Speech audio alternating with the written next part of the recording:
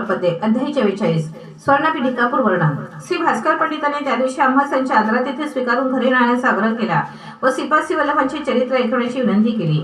आम्ही भास्कर पंडिताचा आग्रह मोडू शकलो नाही। रात्री त्यांच्याकडे वास्तव्य करून दुसऱ्या दिवशी स्नान संध्या आटपून त्रिपुरातकेश्वराच्या दर्शनाला गेलो। तेथे श्रीपाद वल्लभांचे अत्यंत रसपूर्ण अशा चरित्राचे विवेचन झाले। वक्त्याने आपल्या मधुर वाणीने श्रोत्यांना मंत्रमुग्ध केले होते। श्रीपाद प्रभूंचे जन्मस्थान। हे श्रोते हो, श्रीपाद वल्लभ प्रत्यक्ष शिवस्वरूप आहेत। ते पीठिकापुरम गावी अंतर्धान पाहून काशी नगरीत अवतरित होत आणि गंगेचे स्नान करीत। त्यांच्या पीठिकापुरम मध्ये अवतरित होण्याने तेथील भूत पिशाच्या बाधेने निर्मूलन झाले होते।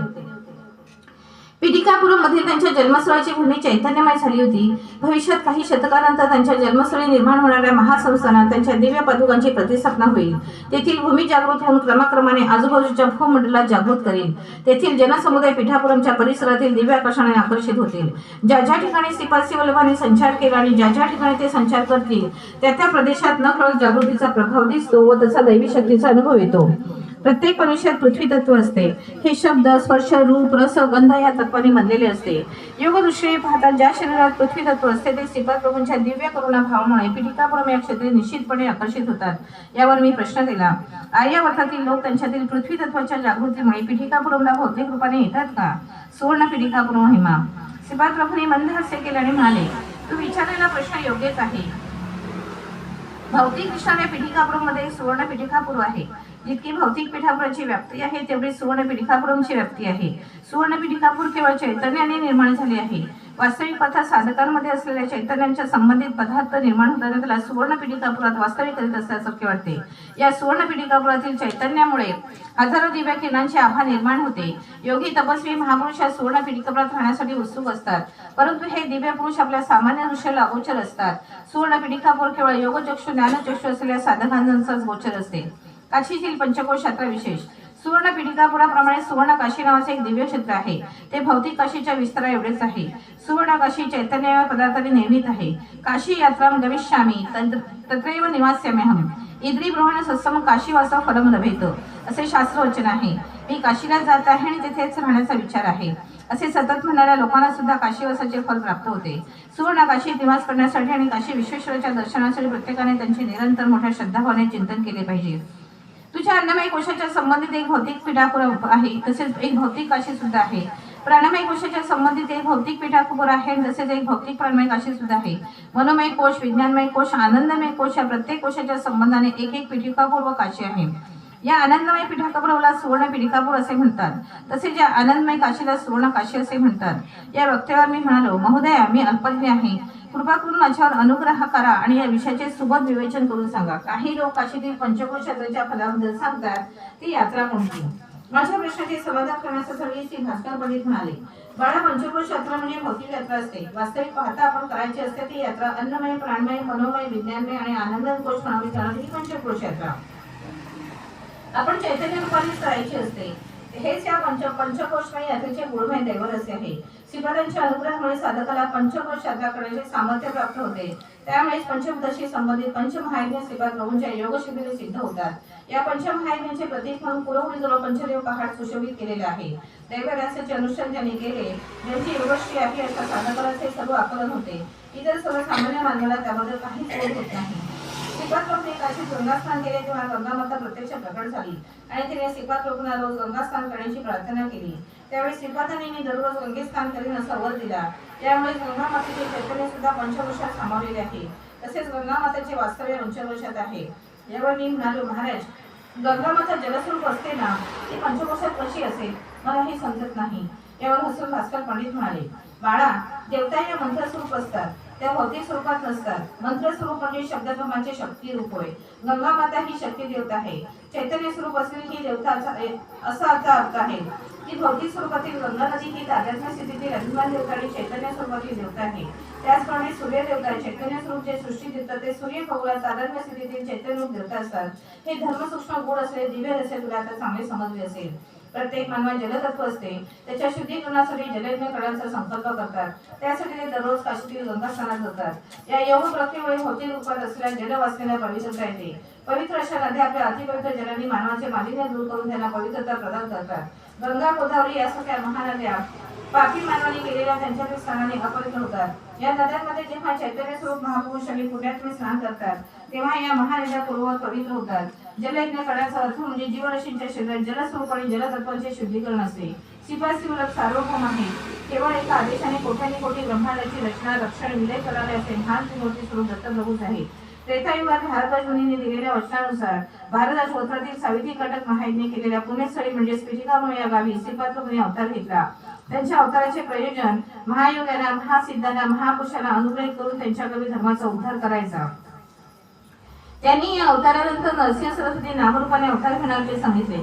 या दिव्य वचनावर जे कोणी अविश्वास दाखवतील त्यांना आणि श्रीपादप्रभूंच्या अवताराची जे अवहेलना करतील त्यांना पिशाची योनी प्राप्त होईल.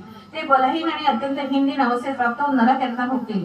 अशा पापी व्यक्तींना गाणगापूर येथे श्री नरसिंह सरस्वती स्वामींच्या अवतारात विमुक्ती मिळेल असे श्रीपादाने सांगितले आहे. तू लिहित असलेला श्रीपादशिवलभ यांचा चरित्रामृत ग्रंथ अक्षरशः अक्षरसत्य ग्रंथ आहे. हा ग्रंथ सर्व भाषांमध्ये अनुदिला जाईल.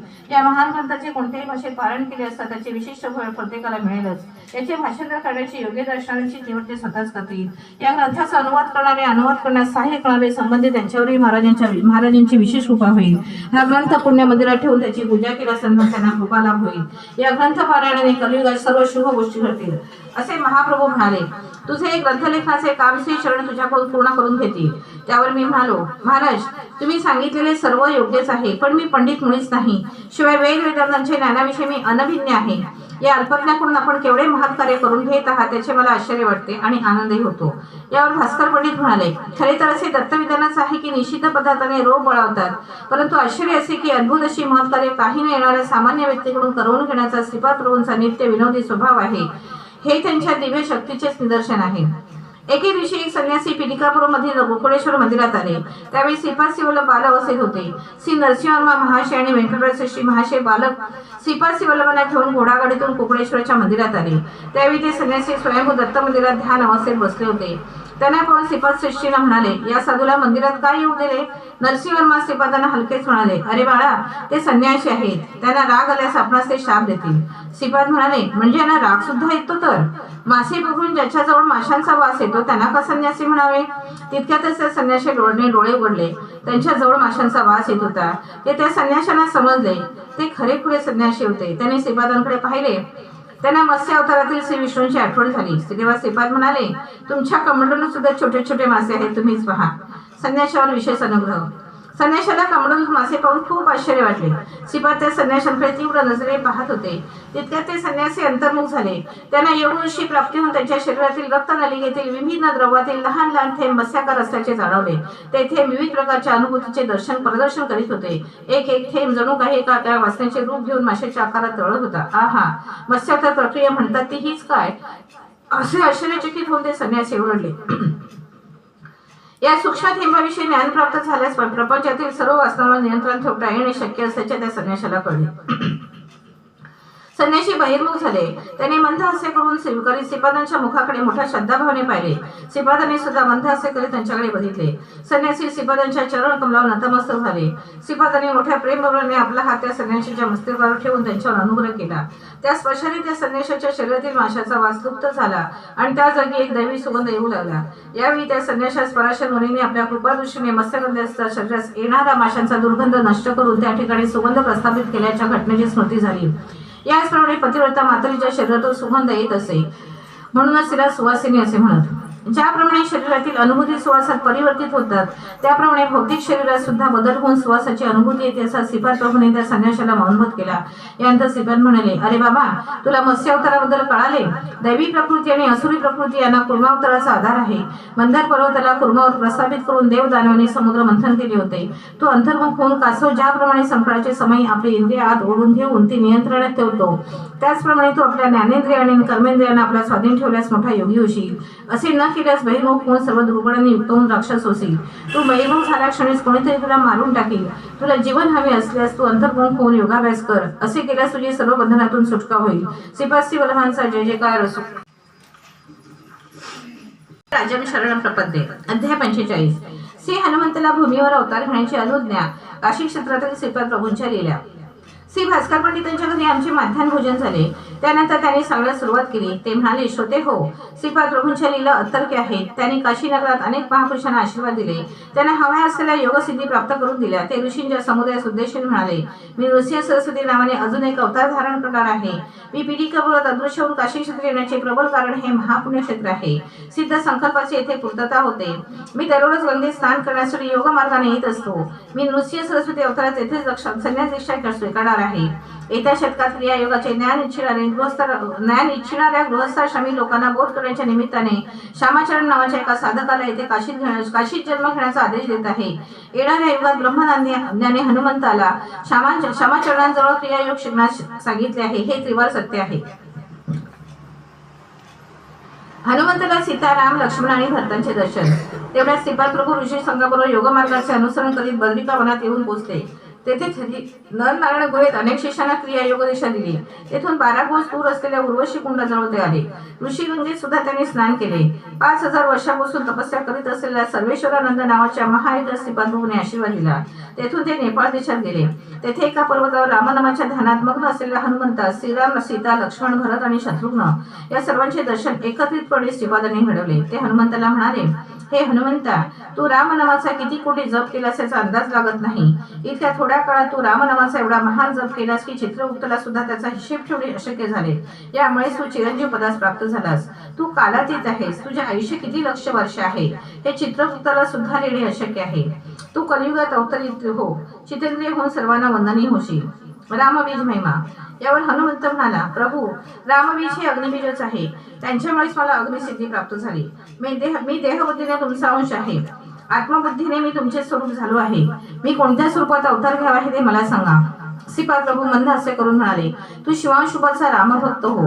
अरबी भाषेत अल म्हणजे शक्ती आणि आहा म्हणजे ती शक्ती धारण करणारा म्हणजे अलाह म्हणजे शिवशक्ती स्वरूप असा त्याचा अर्थ आहे. इतकी वर्षे सीतापती म्हणून माझी सेवा केलीस. आता यवन जातीच्या लोकांनी अंगीकार करण्यायोग्य असा शिवशक्ती स्वरूप अल्लाह नावाने माझी आराधना कर. यावर हनुमंत म्हणाला, प्रभू, मला भारद्वाज महर्षी त्रेतायुगात सावित्री काठक पिठापुरात करणार असल्याचे ज्ञात होते. त्यावेळी दिलेल्या वरामुळे तुम्ही भारद्वाज गोत्रात जन्म घेणार असल्याचे मला समजले होते. त्यामुळे मी तुम्हाला सोडून कोणत्याही परिस्थितीत राहू शकत नाही. तुमचे आणि माझे गोत्र एकच आहे. त्यामुळे मी तुमचा मुलगाच आहे ना. श्रीपाद प्रभू आणि हनुमंताचा संवाद. यावर श्रीपाद प्रभू म्हणाले, बालका हनुमंता, तू धारण केलेला देह हा भारद्वाज गोत्राचा आहे. यावर हनुमंत म्हणाला, अल्लाह मालिक याचा अर्थ अल्लाह सर्वांचा मालक आहे असाच ना. श्रीपादाने मोठ्या प्रेमाने हनुमंतास आलिंगन दिल्याने म्हणाले, हनुमंता, तू देहबुद्धी सोडून दे. तू माझाच अंश आहेस. प्रभू, याचा मी अंगीकार करतो मी तुमचाच अंश आहे. हनुमंत म्हणाला, मी या भूमीवर तुमचे कार्य करून नंतर मूळ तत्वात विलीन होऊन जाईल. तेव्हा अंश अवतार ही पूर्णपणे नष्ट होईल. अंश अंतरात मूळ तत्व निरंतर माझ्या सोबतच राहील.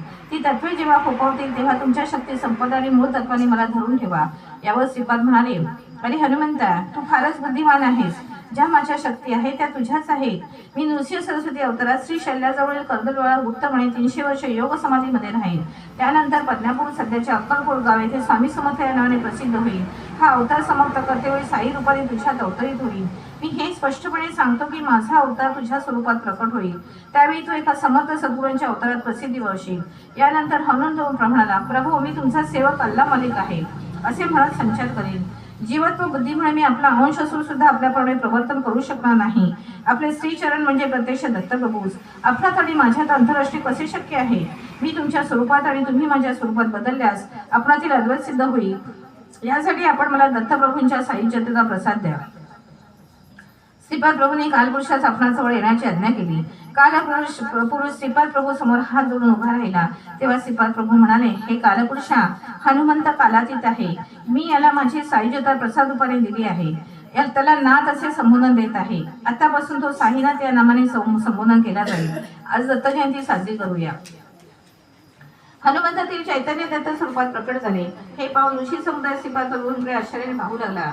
तेवढ्यात हनुमंताच्या शरीरातील विजवळांचे विघटन झाले. त्यातून अनुसूया माता प्रकट झाली. ती श्रीपाद वल्लभांना म्हणाली, बाळा कृष्णा, तू किती उत्तम मुलगा आहेस. तुला जन्म दिला तेव्हा सर्वसाधारण मातेला होणारा प्रसव वेदना मला झाला नाही. मातेला अशा वेदनेमध्ये सुद्धा एक प्रकारचे सुख असते. त्यात माधुर्याची अनुभूती येत असते. परंतु तुझ्या जन्माच्या वेळी मी या सुखापासून वंचितच राहिली. तू माझ्या पोटी पुन्हा जन्म घेणार नाहीस ना. ही तुझी वैष्णवी मला समजत नाही. यावर श्रीपाद प्रभू म्हणाले, हे माते, पुत्राने मातेची धर्मबद्ध इच्छा पूर्ण करायची असते. तुझ्या गर्भातून प्रकट झालेला हा हनुमान आहे, त्याला माझी सायुज्य सिद्धी प्राप्त करून दिली आहे. एक प्रकारे सांगायचे म्हणजे माझ्या मायेने मी तुझ्या पोटी पुन्हा जन्म घेत आहे. थोड्याच वेळात तुला तीव्र प्रसव वेदना होती. अनुसया मातेने 3 शिरे असलेल्या दत्तमूर्ती जन्म दिला. थोड्या वेळातच ती मूर्ती अंतर्गत होऊन तिच्या मांडीवर एक शिशु प्रकट झाला. त्या नवजात शिशुला अनुसया देवीने स्तनपान करविले. ही घटना घडल्याच्या थोड्याच वेळात हनुमंताचे स्वरूप दिसले. त्यांच्या समोर श्रीरामचंद्र उभे होते. त्यानंतर हनुमान म्हणाला, लेश धर्मातील चांगली तत्त्वे व सनातन धर्माची उत्तम तत्त्वे या दोघांचा समन्वय करण्याचा मी प्रयत्न करेन. लेश लोकांचा सुद्धा गुरु असावा ना. यावर श्रीपाद म्हणाले, मेघमुसुबाई नावाचा एक महात्यांनी माझ्यात समावलेला आहे. तो वारीपरी त्या नावाने अवतरित होईल. तो तुझा गुरु म्हणून योगरसाचे ज्ञान देईल. ती आई माझे ज्ञान श्यामाचरण नावाचे गुरु देतील. त्यांच्याकडून तुला हवे असलेले वर प्राप्त होतील. माणिक प्रभूंचा आविर्भाव. हनुमंत म्हणाले, प्रभू तुम्ही पद्मावती व्यंकटेश्वर स्वरूप असल्याचे मी ऐकले होते. तुमची आराधना करणाऱ्या वैष्णव स्वामींना सुद्धा तुमचा अनुग्रह प्राप्त झाला. यानंतर श्रीपाद प्रभू म्हणाले, निरंतर माझे स्मरण करून माझ्या चैतन्य रूपात तुझ्या मनाला सदैव लीन कर. गोपाळराव नावाचे महावैष्णव तुझे गुरु होतील असा मी तुला वर देत आहे. ते श्री व्यंकटेश्वरचे भक्त व्यंकय्या या नावाने संबोधित होते. त्यांच्या महाप्रयाणानंतर त्यांची अस्थि काही काळापर्यंत एका मातीच्या भांड्यात घालून भूमीमध्ये सुरक्षित ठेव. माझी सृष्टा मिळाल्यानंतर ते भांडे उघडून पहा. त्यात व्यंकटेशाची मूर्ती असेल. त्या मूर्तीची तू पूजा कर. मी प्रसन्न होईल आणि तुला इच्छित वर प्रदान करेन. यावर हनुमंत जानकी मातेस म्हणाला, माते तुम्हाला अत्यंत प्रेमाने व अस्सलपणे माणिक मोत्याचा हार दिला आहेस. त्या हारातील माणिक मोत्यात राम शोधण्याचे मी दगडात माणिक मोती फोडले, परंतु त्या स्त्रीला दिसते नाही, म्हणून तो हार मी फेकून दिला. या महान अपराधाची मला क्षमा कर. देवाच्या सानिध्याशिवाय कोणतेच कार्य पूर्णतेत जात नाही. तो माणिकाचा हार मी व्यवस्थित ठेवला आहे. तो हार दत्त स्वरूप आहे आणि यात शंकाच नाही. माझ्यात असलेल्या आत्मज्योतीने मी त्या हारात प्राण ओतले आहे. तो माणिकांचा हार गुरुस्वरूपाच्या दिव्य तेजाने दर्पत होता. ते गुरुस्वरूप माणिक प्रभूंच्या स्वरूपात प्रसिद्ध व्हावे. श्रीपाद म्हणजे वज्राव शब्दातील नारायण स्वरूपच आहे. ते पुन्हा मानवादेह धारण करणार आहे, परंतु त्यांचे नाम मधून कशाचे ते कोणी जाणू शकत नाही. श्रीपाद प्रभूंचे गोरांनी पर्वताजवळ 100 नामात वर्णन करे. श्रीपाद प्रभूंचे मामा व्यंकटरावजी महाराज विद्यार्थ्यांना वेदांचे शिक्षण देत असत. त्या स्थळाच्या जवळच एक नारळाचे झाड होते. त्या वेदशाळेच्या दिव्य परिसरात एक वानर वेदांकडे आकर्षित झाले होते.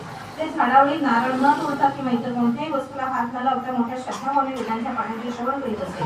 श्रीपाद प्रभूंनी मोठ्या निराकार डोळ्याने विचारले, मामा भगवंताच्या अवताराप्रमाणे नारळाच्या झाडाचा अवतार असतो का? कृष्ण हाच असता तुझा प्रश्न. प्रश्नाला सुद्धा अर्थ असावा. यावर श्रीपाद म्हणाले, तसे नव्हे मामा, झाडांना फळे येतात. त्या फळातील बीजापासून पुन्हा नवीन झाडाची उत्पत्ती होते. याप्रमाणे ही प्रक्रिया बीजापासून झाड व त्याच्यापासून पुन्हा बीज निर्मिती चालूच असते. एवढे त्यांचे संभाषण थांबले. त्याचवेळी त्यांच्या शेजारी असलेल्या झाडाचे एक मोठे नारळ खाली पडले. ते नारळ श्रीपादाने आपल्या हातात घेतले. त्या वानराने पाहून श्रीपाद म्हणाले, तुला रिक्त असताना पाठवणे मला योग्य वाटले नाही. माझ्या हाताने तुला हे नारळ प्रसाद म्हणून देत आहे. श्रीपादाने ते नारळ त्या वानराच्या हाती देऊन मोठ्या प्रेमभावाने त्याच्या पाठीवरून हात फिरवला. म्हणाले, तू माझ्याकडे अजून एक नारळ मागू नकोस. तुला हे मान्य असतेच मी तुला नारळ देईन. वानराने होकाराची मान हलवली. तो नारळ घेऊन ते वानर आनंदाने निघून गेले. प्रत्यक्षात ते वानर कोण होते? श्रीपादाने ते नारळ त्याला का दिले? अजून एक नारळ देणार नाही असे का म्हणाले? काही प्रयत्न न करिता ते नारळ कसे खाली पडले आणि कोणासाठी? या सर्व प्रश्नांची उत्तरे कोण देऊ शकेल? श्रीपाद प्रभूंच्या लीला अद्भुत, अगम्य आणि अनाकलनीय आहे तेच कळे. श्रीपाद प्रभू गौरंगी नावाच्या संजीवनी पर्वतावर गेले. काही दिवस तेथे ऋषी मुनींच्या समुदायाबरोबर आनंदात राहिले. तेथे असलेल्या महायोगांना अनुग्रह देऊन कृतार्थ केले. तेथून ते कल्की प्रभूंचा जन्म ज्या गावी होणार आहे त्या गावी गेले. तो प्रदेश महायोगाने सुद्धा न पाहिलेला होता. हिमालयात हजारो वर्षापासून तपस्या करणारे महापुरुष या ग्रामात आहे. समोर गावातील स्फटिक पर्वताने शुद्ध जल श्री प्रभूंनी प्राशन केले. ते जल पिणाऱ्याचे वय वाढत नाही असे येथील या जलाचे महात्म्य आहे. यामुळे श्रीपादांचे वय 16 वर्षाच्या कुमारासारखे झाले. त्यात वयानुसार कोणताच बदल झाला नाही. श्रीपाद प्रभूंचे गोकुळा क्षेत्रातून दिव्य लोकात प्रयाण. यानंतर श्रीपाद प्रभू अनेक दिव्य स्थानांना भेट देत साधकांना भक्तांना महापुरुषांना अनुग्रह देत गोकर्ण महाबळेश्वर क्षेत्रात येऊन पोहोचले. या क्षेत्री प्रभू 3 वर्ष राहिले. या पुण्यक्षेत्रात त्यांनी अनेक अगम्य लीलांचे प्रदर्शन केले, परंतु त्यांचे वर्णन केवळ अशक्यच आहे. गोकर्ण क्षेत्राहून निघून श्रीपाद प्रभू श्री शैल क्षेत्रात येऊन पोहोचले. श्री बापनाचरणाने येथे एक महायज्ञ केला होता. या यज्ञाचे फलस्वरूप श्री मल्लिकार्जुनच्या लिंगामध्ये सूर्यमंडलातून शक्तिपात झाला होता. त्या योगाने श्रीपाद प्रभूंचा अवतार झाला. श्रीपाद प्रभू योग मार्गाने महाअग्नी गोलकासारखे लाल तप्त होऊन सूर्यमंडलात गेले. तेथून ते ध्रुव नक्षत्रातून, सप्तऋषी मंडलातून, आधार नक्षत्रातून फिरून 4 महिन्यांतर श्री शैलात परत आले. त्यांच्याबरोबर त्या नक्षत्रात वास्तव्य करणारे महर्षी अत्यंत नूतन सहयोग शिक्षणासाठी आले. श्री शैल्यामधील सिद्धपुरुषांची ऋषींची स्त्रीने एक सभा बोलावून सर्व ऋषींना दुसऱ्या ग्रहावरून आलेल्या महर्षींना त्या नूतन महायुगाचा सिद्धयुगाचा बोध केला. त्या बोधाने सर्व ऋषी मुनिगण अत्यंत आनंदी झाले. या ज्ञानामृत भाषणानंतर आधार नक्षत्रातील ऋषी स्वस्थानी परतले. श्रीपाद प्रभू श्री शैल्यावरून काही दिवसांनी कुरुगुडी या पवित्र क्षेत्री येऊन पोहोचले. श्रीपाद श्री वल्लभांचा जय जयकार प्रपदे. अध्याय 46. श्रीपादांच्या चरण पादुकेवरील मंत्राक्षरामध्ये वाढ पदुकांची श्री भास्कर पंडितांना भेट. आम्ही भास्कर पंडितांकडून परवानगी घेऊन प्रयाणात सिद्ध झालो. भास्कर पंडित थोड्या वेळ ध्यानस्थ झाले. श्रीपादांच्या पादुका भास्कर पंडितांनी आपल्या देवघरात ठेवल्या होत्या. त्या पादुकांवर वाहिलेल्या अक्षता वाढत होत्या. ते पाहून आम्ही आश्चर्यचकित झालो. भास्कर पंडित म्हणाले, हे श्रोत्यानो, श्रीपादांच्या लीला अगम्य आहेत. श्री पद्मावती मातेचे जन्मनक्षत्र मृग आहे आणि श्री व्यंकटेश्वरचे जन्मनक्षत्र श्रवण आहे. उत्तर फाल्गुनी नक्षत्र पद्मावती मातेस मित्र तारा आहे, तर श्री व्यंकटेश स्वामींना ते परम मित्र तारा असल्याचे त्यांचे लग्न नक्षत्र उत्तरा फाल्गुनी आहे. आज सुद्धा उत्तरा फाल्गुनी नक्षत्र आहे. या दिव्य नक्षत्रावर श्रीपाद प्रभूंच्या चरण पादुकांवरील मंत्राक्षता वाढल्या. यावरून श्रीपाद प्रभू साक्षात पद्मावती आणि श्री व्यंकटेश स्वरूपच आहेत हे करण्यासाठी त्यांनी ही लीला केली. यातील थोड्या मंत्राक्षता तुमच्याजवळ ठेवा, त्या तुम्हाला शुभ ठरतील आणि श्री प्रभूंची कृपा तुमच्यावर सदोदित राहील. शंकरभट्ट आणि धनगुप्त यांच्याबरोबर देश पर्यटन आणि विविध क्षेत्रांचे दर्शन. आम्ही प्रवासाचा संकल्प करून बैलगाडीने प्रवास सुरू केला. ती बैलगाडी एका लग्नाच्या वरातीची होती. या वरातीतील वैश्यप्रमुख घोडागाडीतून प्रवास करीत होते. ते कोंडविडू गावी जात होते. ते वैश्यप्रमुख धनगुप्त म्हणाले, आज फार शुभ दिवस आहे. तुम्ही बैलगाडीतून प्रवास करून श्रीपाद प्रभूंच्या मंत्राक्षता लग्न घरी दिल्या व नंतर आम्हालाही दिल्या. ते पुढे सांगू लागले, मी एकदा व्यापाराच्या निमित्ताने पिठिकापुरमला गेलो होतो. तेव्हा मला श्रीपाद प्रभूंचे दर्शन श्री व्यंकटराव श्रेष्ठींच्या घरी झाले होते. त्यावेळी श्रीपाद प्रभू प्रेमभराने म्हणाले, तुझ्या पुत्राच्या विवाहासमयी मी मंत्राक्षता आशीर्वाद स्वरूप तुला पाठवून देईन. ज्यांच्याकडून मंत्राक्षता पाठवीन त्या ब्राह्मणास 2 वराह दक्षिणा दे. यानंतर आम्ही कोंडविंडू गावी बसलो. तेथे धनगुप्ताच्या मुलाच्या लग्नात मोठ्या थाटात पार पडले. या ठिकाणी आमची ओळख एका हिरेमोत्याच्या व्यापाऱ्याशी झाली. धनगुप्ता कोंडविंडू या गावी थोडेच दिवस राहिले. मी मात्र घोडागाडीने विजयवाटिका सध्याचे विजयवाडा या स्थळी पोहोचतो. या महाक्षेत्रात कृष्णा नदी असून श्री कनकदुर्गा व श्री मल्लेश्वर स्वामी यांचे मंदिर आहे. कृष्णामध्ये नदीमध्ये स्नान करून मी देवदर्शन घेतले. देवीच्या देवळात मला एक वृद्ध संन्यासी भेटले. त्यांना अनेक दिवसापासून पिठिकापुरमला जाऊन श्रीपाद प्रभूंचे दर्शन करण्याची तळमळ लागली होती. विजय वाटिकेतून निघून आम्ही दोघे काही दिवसांनी राजमंत्री क्षेत्री येऊन पोहोचलो. तेथेही गोदावरी नदीत स्नान करून श्री मार्कंडेश्वरांचे आणि कोटिलिंगेश्वराचे दर्शन घेतले. आमचा प्रवास श्रीपादाच्या कृपेने अत्यंत सुखकर होत होता. मी माझ्यावरच्या संन्याशाला म्हणालो, थोड्या दिवसात आपण पिठिकापुरमला पोहोचू. तेथील श्रीपाद प्रभू अवतरित झालेले त्यांचे घर पाहू. श्री व्यंकटराव श्रेष्ठी आणि नरसिंहवर्मा यांची भेट घेऊया. श्रीपादांच्या आजोबा श्री वापनाचार्य यांचे आशीर्वाद घेऊ. श्रीपाद प्रभूंच्या माता सुमती महाणे पिता महापराज शर्मा यांची भेट घेऊया. त्यानंतर आपण पिठिकापुरमहून कुरगुडीत जाऊन श्रीपाद प्रभूंचे दर्शन घेऊ. संन्यासी अत्यंत आनंदित झाला. मार्गातील अनेक देवालयांचे दर्शन घेत आम्ही थोड्याच दिवसात पिठिकापुरमला पोहोचलो. श्री बापराजांच्या घरी आमची राहण्याची व जेवणाखाण्याची व्यवस्था झाली. श्रीपादांच्या अनेक बाललीला आम्ही भक्तजनांच्या मुखातून ऐकल्या. श्रीपाद प्रभूंच्या असंख्य लीलांचे वर्णन करणे सहस्रमुखी असलेल्या आदिशेषाला सुद्धा कठीण आहे. तेथे माझ्यासारख्या ऐतकीची ब्राह्मणाची काय कथा. श्रीपादांच्या भक्ताचे कुरगुडीस प्रयाण. श्री नरसिंहवर्माच्या धर्मपत्नीने कुरगुडीत जाऊन श्रीपादांचे दर्शन करण्याचा संकल्प केला. या संदर्भात त्यांनी श्री व्यंकटराव श्रेष्ठी आणि बापनाचार्यांबरोबर चर्चा केली. सर्वांनी मिळून एक मताने कुरगुडीत जाण्याचा निश्चय केला. श्रीपादांचे माता पिता सुमती महाराणी आणि अपराज शर्मा आपल्या पुत्राच्या भेटीची अत्यंत उत्सुकतेने प्रतीक्षा करीत होते. या सर्व मंडळींनी 18 घोडागाड्या पाठविल्या. त्यात बसून सामानासह एक शुभ दिनी प्रातःकाळी सर्वांनी प्रयाण केले. पिठापुरम ते कुरगडी अंतर बरेच असल्याने प्रवासास कित्येक दिवस लागणार होते. सुमती महाराणीस आपल्या लाडक्या पुत्राचे मुख केव्हा पाहिन असे झाले होते. त्यांच्या आठवणीत त्या मातेच्या डोळ्यात पाणी तरळले. सर्वांनी तिला आता आपण श्रीपादांना लवकरच भेटणार आहोत असे सांगून तिचे समाधान केले. प्रवास चालूच होता. आई वडील आजी आजोबा यांना श्रीपाद प्रभूंचे पुन्हा दर्शन. सर्वांतर्यामी आणि माया नाटक सूत्रधारी असलेले त्रिकादशी श्रीपादांना बसल्या ठिकाणी पिठिकापुरम येणारी मंडळी घोडाखाडीसह दिसत होती. प्रातःकाळी निघालेल्या गाड्या दुपारच्या 12 वाजेपर्यंत चालतच होत्या. अचानक अद्भुत घटना घडली. गाडीवानासह सर्व मंडळीला एकदम मूर्छा आल्यासारखे वाटले. त्या सर्वांनी आपल्या गाड्या आकाशमार्गाने जात असल्यासारखा भास झाला. थोड्या वेळाने मूर्छा गेल्यावर मी पाहिले तर एका अनोळखी प्रांतात असल्याचे जाणवले. गाडीतून खाली उतरून तो कोणता प्रांत आहे आम्ही पाहू लागलो. रस्त्यावर येणारे एका वाळसूस ते कोणते गाव आहे ते विचारले. तो म्हणाला, महाराज, हे पंचदेव पहाड आहे.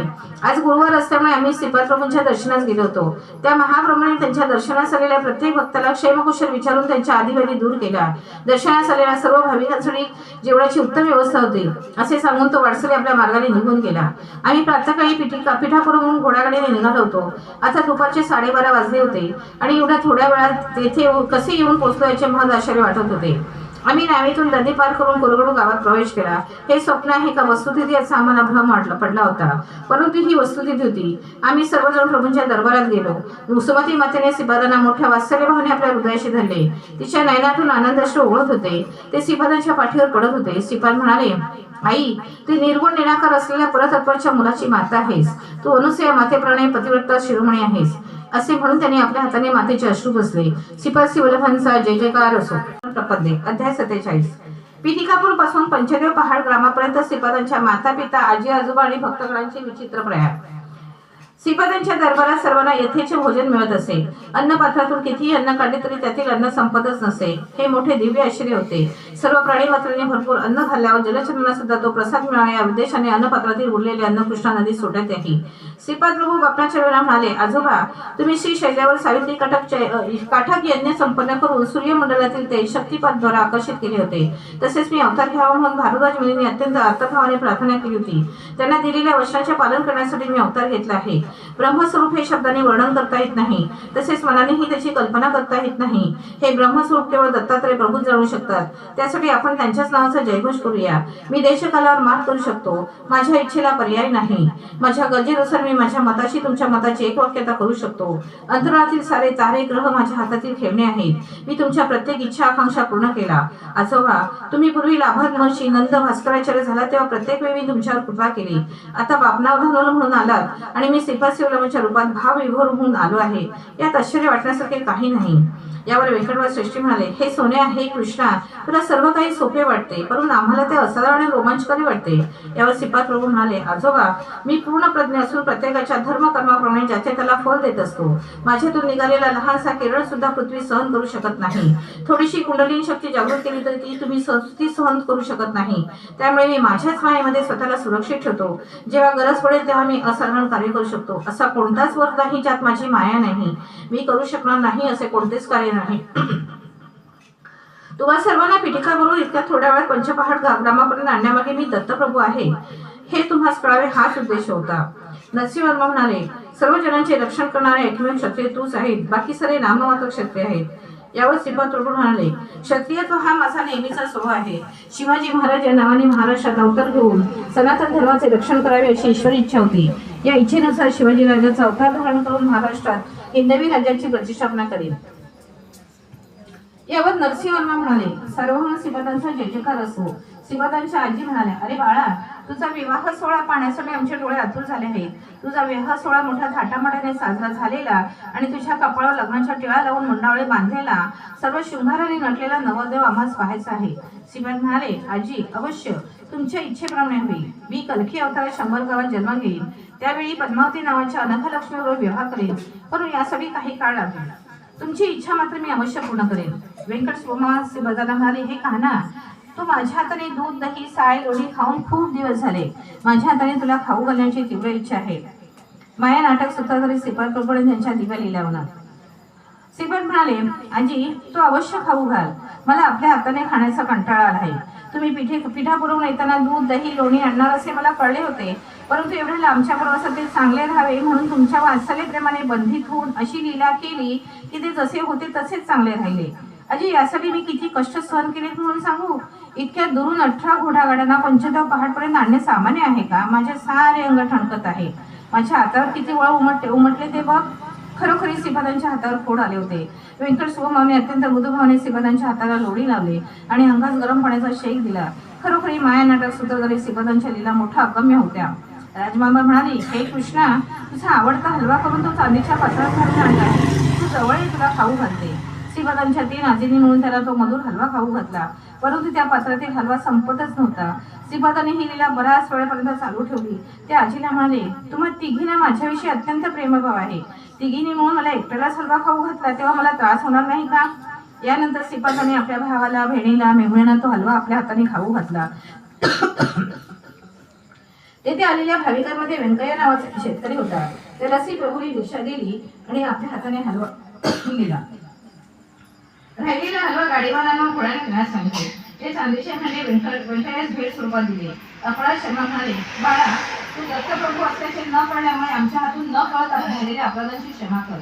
तेव्हा श्रीपाद प्रभू म्हणाले, काय आपण माझे पिता आहात, इतिहास पुत्राने क्षमा करायची असते का? तुम्ही मला पूर्वीप्रमाणे आपला मुलगा समजून वात्सल्य अमृताचा सतत वर्षाव करावा, तसेच माझ्या अभिनयाची अंगाक्षण करा. यावेळी श्री व्यंकटाधाने आणि त्याच्या धर्मपत्नीच्या डोळ्यातून अश्रुधारा वाहत होत्या. यावर श्रीपाद प्रभू म्हणाले, मामा, आपले बंधन शाश्वत स्वरूपाचे आहे. मी केवळ तुमचा जावई असे असे नाही, तर तुमच्या वंशातील जन्म घेतलेल्या प्रत्येक व्यक्तीचा मी जावईच आहे. मी माझ्या दिव्य लीलाने तुम्हाला सुखवीत जाईन. करकी अवताराच्या वेळी पद्मावती देवीच्या वधू स्वरूपात स्वीकार करून तुमची मनोकामना पूर्ण करेन. सुमती महाराजांचे दुःख दूर करेन. तिचा लाडका पुत्र सर्व पुत्रांप्रमाणे नवदेवाच्या स्वरूपात नटलेला न पाहता एका यतीच्या रूपात वैराग्य धारण केलेला पाहून ती दुःखी झाली आहे. श्रीपाद प्रभू आईकडे पाहून म्हणाले, ताई, तू आणि अनसुया माता मला वेगळ्या वाटतच नाही. तुम्हा दोघींच्या मनोकामना मी कल्की अवतारात नक्की पूर्ण करेन. श्रीपाद प्रभू पुढे म्हणाले, आई, तुझ्या गर्भातून जन्म घेतल्याने केवढा महान झालो. तुझ्या वात्सल्यामृताने माझे भरणपोषण झाले. माझी बहीण वासवीने केवढे महान कार्य केले ते पाहिलेस ना. मला भूक लागली असताना माझ्या लहान बाळात रूपांतर करून अनसुया मातेजवळ दुग्धपान करण्यास पाठवले.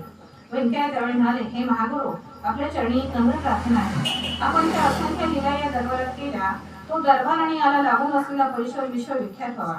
श्रीपाद म्हणाले, भविष्य काळात माझा दरबार पक्क्या इमारतीत परिवर्तित होईल. यात गोधन सुद्धा असेल. त्यात माझ्या कितीतरी लीला प्रदर्शित होतील. हा माझ्या डोळ्यांनी पाहिलेला भविष्य काळातील अनुभव आहे. तेथे जमलेल्या सर्व भाविकांना गाढ निद्रा लागली आणि काही क्षणातच मी, तो संन्यासी श्रीपाद प्रभू आणि त्यांचा संपूर्ण दरबार सारे अदृश्य झाले. त्याचे काय झाले असेल याची मला हुरहू लागली. हे सारे राक्षसी मायेने झाले असेल अशी मला शंका वाटली. तेव्हा श्रीपाद प्रभू म्हणाले, माझ्या सानिध्यात कोणतीही राक्षसी माया कार्य करू शकत नाही. मी त्या सर्वांना सुरक्षित रीतीने पिटिकापुरमला नेऊन पोहोचवले. ही एक महान अनुभूती होती. मला जे ज्या भावाने बसतात त्याच भावाने मी त्यांचे रक्षण करतो. हे माझे व्रत आहे. श्रीपाद अध्याय 48. श्रीपादांचे स्त्री पुरुषांना संबोधन. श्रीपाद प्रभू प्रत्येक गुरुवारी पंचदेव पहाडीचे सत्संग करीत असत.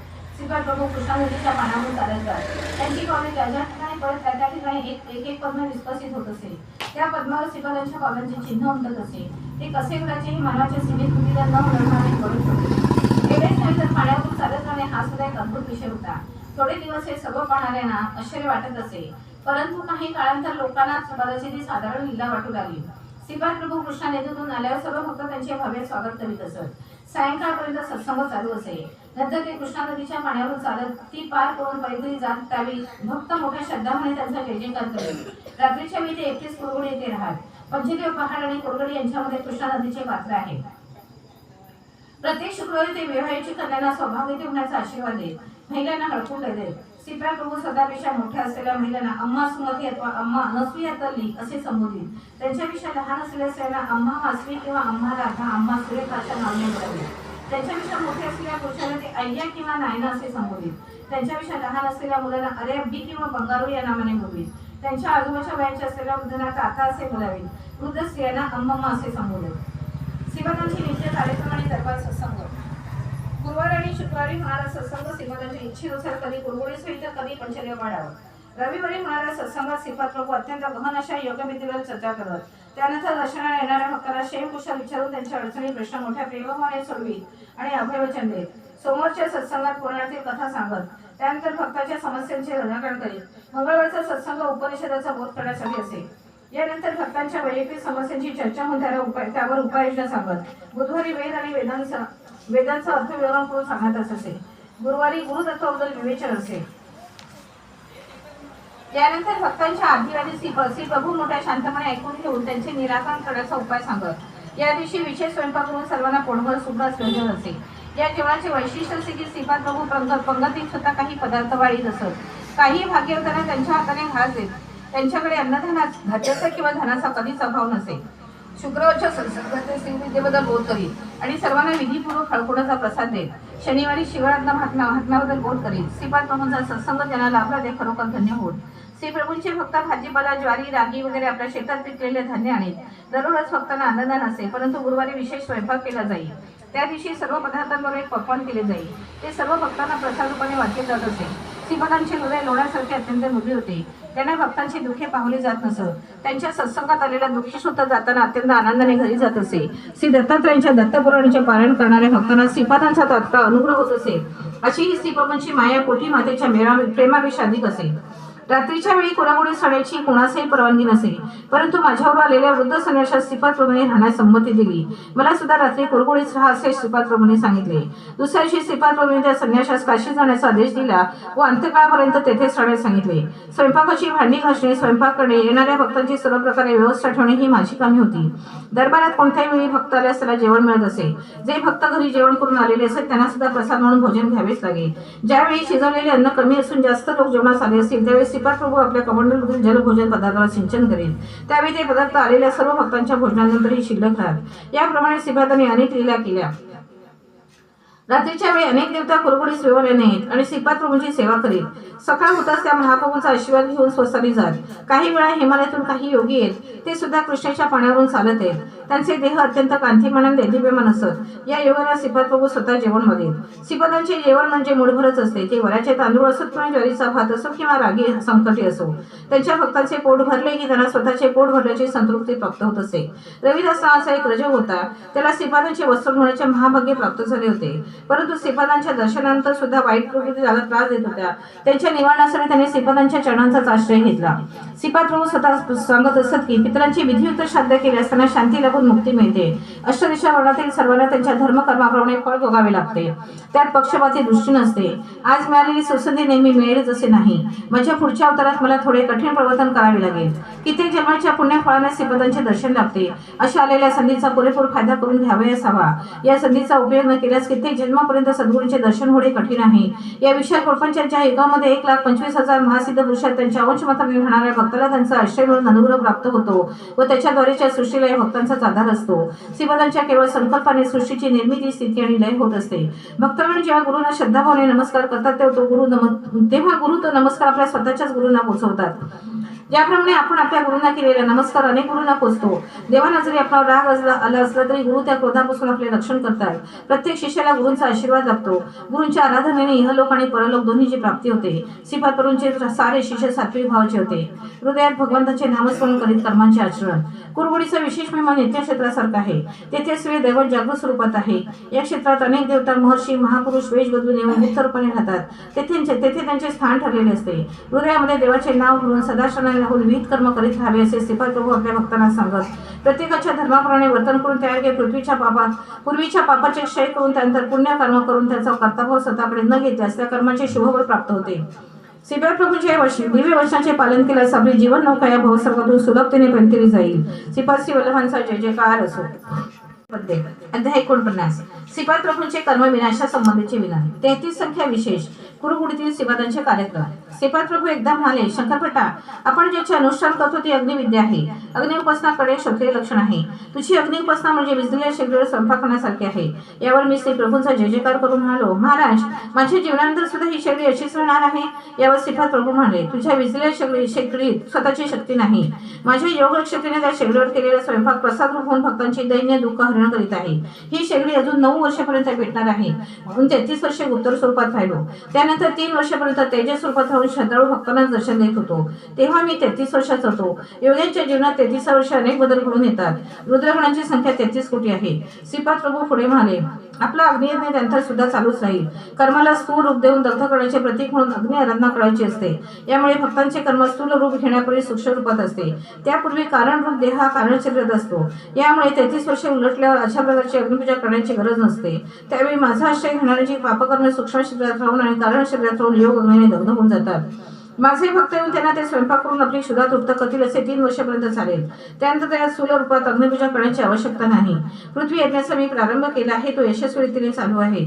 तसेच जलयज्ञ सुद्धा मी सुरू केला आहे, तो सुद्धा मोठ्या थाटात साजरा होत आहे. आता अग्निपूजा आणि अग्नियज्ञाची सुरुवात करायची आहे. तो यज्ञ सुद्धा अप्रतिम होईल यात शंकाच नाही. समस्त जीवराशीतील अग्निस्वरूप माझेच आहे. सर्वांचे शुद्धीकरण मीच करतो. सर्वांचा नाश करणारा सुद्धा मीच आहे. पंचतत्वाबद्दल संबंधित यज्ञाबद्दल माझ्या इतकी माहिती कोणालाच नाही. एके दिवशी एक नवदंपती श्रीपाद प्रभूंच्या दर्शनास आले होते. त्यांना पंचदेव पाडावरी दरबारात राहण्याची प्रभूंनी आज्ञा केली. त्या आज्ञेनुसार ती दोघे पती पत्नी पंचदेव पाडावरी दरबारात गेली. परंतु 2 दिवसातच सुयोग गतप्राण झाला. या अकस्मात मृत्यूने ती नमवधू अत्यंत घाबरून गेली. ती म्हणाली, प्रभू आपल्या भक्तांचे रक्षण करतात आणि त्यांची कृपादृष्टी सर्वांवरती असते असे ऐकले होते, परंतु आज तर हे अघटितच घडले. ती दुःखाने रडू लागली. त्यांचे नातेवाईक ही बातमी कळताच पंचदेव पाडावर आले. त्या शवाचे दहन करावे का करू नये असा प्रश्न सर्वांना पडला. श्रीपाद प्रभूंच्या आज्ञेशिवाय तो मृतदेह दरबाराच्या बाहेर नेता येणार नाही असे दरबारातील सेवाधारी म्हणून आले. तेव्हा श्रीपाद प्रभू दरबारात आले. शोकसागरात बुडालेल्या त्या नववधूने श्रीपाद प्रभूंना आपल्या दुर्भाग्याची कर्मकाणी सांगितली. श्रीपाद प्रभू म्हणाले, कर्माचे फळ भोगणे अनिवार्य असते. यावरती नववधू मोठ्या श्रद्धायुक्त भावाने म्हणाले, प्रभू या विश्वात आपणास अशक्य असे काहीच नाही. माझे मांगल्य देऊन मला या भयंकर दुःखातून सोडवा. त्या नववधूला श्रीपाद प्रभूंच्या कारुण्यपूर्ण स्वभावावर दृढ विश्वास होता. मृत जीवा जीवदान. श्रीपाद प्रभू म्हणाले, तुझा दृढ विश्वासच फलदायक ठरेल. माझ्यावर असलेल्या तुझ्या श्रद्धाभावाने तुझा पती नक्की जीवित होईल. कर्मसिद्धांतांचा व्यतिरेक न होता तुला एक उपाय सांगतो. तू तुझ्या पतीच्या वचनाची लाकडे तुझे मंगळसूत्र विकून आणून त्या लाकडावर स्वयंपाक कर. चुलीमध्ये ती लाकडे जशी जळतील तसे तुझे अमंगल जळून जाईल. श्रीपादांच्या सांगण्याप्रमाणे सर्व लाकडे जळून जातात. तो तरुण झोपेतून उठल्याप्रमाणे उठून उभा राहिला. आजूबाजू सर्व नातेवाईक पाहून त्या नववधूच्या आनंदाला पारावर राहिला नाही. सर्व भक्तगणांनी आनंदाने श्रीपाद प्रभूंचा जय जयकार केला. दरिद्र ब्राह्मणावर श्रीपाद प्रभूंची विशेष कृपा. एकदा एक अत्यंत गरीब ब्राह्मण श्रीपाद प्रभूंच्या दर्शनासाठी आला. तो परिस्थितीने एवढा गांजला होता की श्रीपाद प्रभूंची कृपादृष्टी न झाल्यास आत्महत्या करण्याचा त्याने निश्चय केला होता. श्रीपाद प्रभूंनी त्याचा भाव जाणला. त्यांनी शेगडीतील एक जळते लाकूड आणून त्याचा त्या ब्राह्मणाच्या पाठी स्पर्श केला. त्या जळत्या खोलीत त्याने ब्राह्मणाची पाठ भाजली व त्या वेदना बराच वेळ होत होता. श्रीपाद प्रभू म्हणाले, अरे ब्राह्मणा, तू आत्महत्या करण्यास सिद्ध झाला होतास. मी तुझी उपेक्षा केली असती तर तू खरोखरी आत्महत्या केली असती. त्या आत्महत्येच्या संबंधित सर्व पापकर्माची स्पंदने या जळत्या लाकडाच्या स्पर्शाने नष्ट झाली. आता तुला दारिद्र्यापासून मुक्तता मिळेल. असे म्हणून श्रीपाद प्रभूने थंड झालेले ते लाकूड त्या ब्राह्मणास देऊन पंचायत बांधून काळजीपूर्वक घरी घेऊन जाण्यास सांगितले. प्रभूच्या आदेशानुसार त्या ब्राह्मणाने लाकूड पंचायत बांधून घरी नेली. घरात जाऊन त्या पंचाची गाठ सोडून पाहिले तो काय आश्चर्य, ते लाकूड सोन्याचे झाले होते. अशा प्रकारे त्या गरीब ब्राह्मणावर श्रीपाद प्रभूंची विशेष कृपा झाली होती. श्रीपाद प्रभूने अनेक भक्तांच्या पापाचे अग्नियज्ञाने दहन केले होते. काही वेळा ते भक्तांना वांगी, भेंडी, भोपळा अशा फळभाज्या आणाव्यास सांगत. त्या भाज्यांच्या रूपाने भक्तांच्या पापकर्माची स्पंदने आकर्षण केली. अशा प्रकारच्या भाज्या स्वयंपाकात वापरून भक्तांना खाण्यास देत. यामुळे ते कर्मबंधातून मुक्त होत. एकदा एक उपवार करणाऱ्या श्रीपादांच्या दर्शनास मिळाली. तिचा विवाह कोठे जमत नव्हता. तिला पूजदोष, मंगळ दोष असल्याने प्रभूंनी तिला कंद आणाव्यास सांगितला. त्या कंदाची मुली त्या मुलीसह तिच्या कुटुंबाने खाली असे प्रभूंनी सांगितले. त्याप्रमाणे केल्यानंतर कर्मबंधातून मुक्तता होऊन तिचा एक योग्य वराबरोबर विवाह झाला. श्रीपाद प्रभू काही लोकांना गायीचे तूप बनवून स्वयंपाकासाठी देण्यास सांगत, तर काहींना गायीच्या तुपाचा दीप देवासमोर लावण्याचा आदेश देत.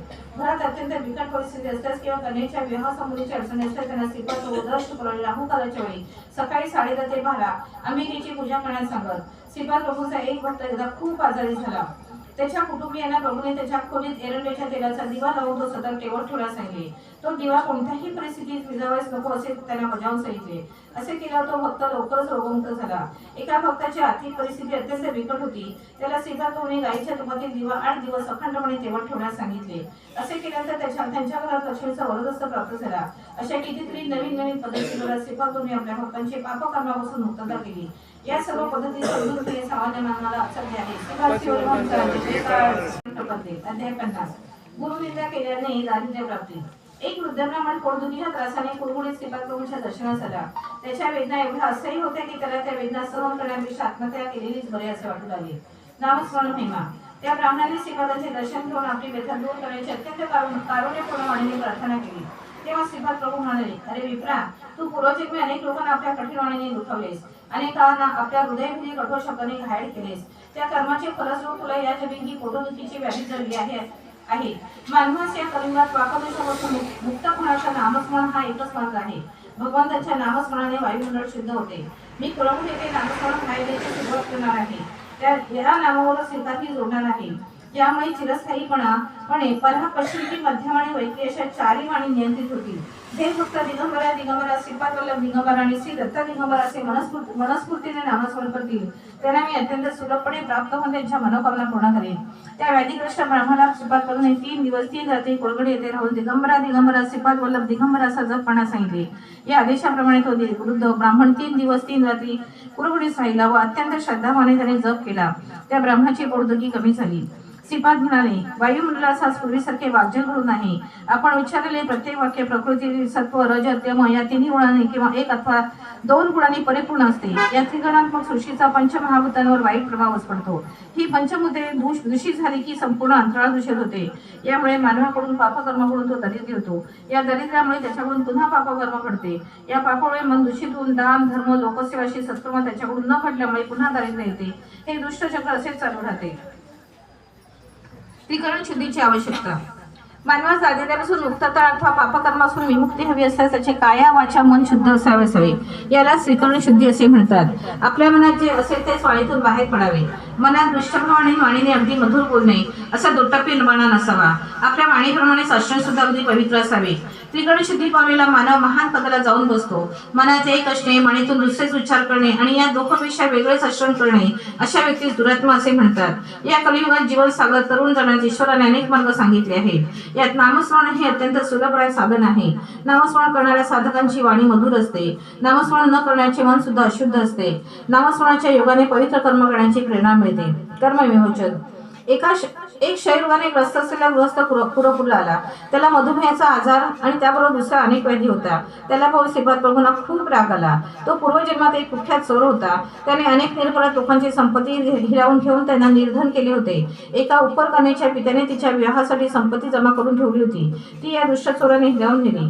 त्यामुळे त्या कन्येचा विवाह होऊ शकला नाही. वर दक्षिणा देण्यास धन नसल्याने योग्य वर मिळू शकला नाही. शेवटी एक वृद्ध वर दक्षिणेशिवाय लग्नास तयार झाला. या विवाह प्रस्तावामुळे त्या तरुण उपरकन्येने आत्महत्या केली. पूर्वजन्मीची अशी कर्मे असलेला तो क्षयरोगी अत्यंत दीन अवस्थेत श्रीपादांच्या जवळ आला आणि त्याने मोठ्या कारुण्यपूर्ण वाणीने श्रीपाद प्रभूंना त्या दुर्धर व्याधीतून सुटका करण्याची विनंती केली. दयावंत श्रीपाद प्रभूंनी त्याला पंचपहाड येथील गोशाळेत झोपण्यास सांगितले. तिथे डासांचा अत्यंत त्रास होता. तहान लागल्यास पिण्यासाठी पाणी सुद्धा नव्हते. त्या रात्री त्याला एक स्वप्न पडले. त्या स्वप्नात एक राक्षस त्याचा गळा दाबून मारत असल्याचे दिसले. तो घाबरून उठला. इकडे तिकडे पाहिले आणि ते स्वप्नच असल्याची खात्री झाल्यावर पुन्हा झोपला. त्याला पुन्हा एक स्वप्न पडले. एक मोठा दगड त्याच्या छातीवर ठेवला असून त्याच्यावर एक बलवान मल्ल बसलेले दिसलो.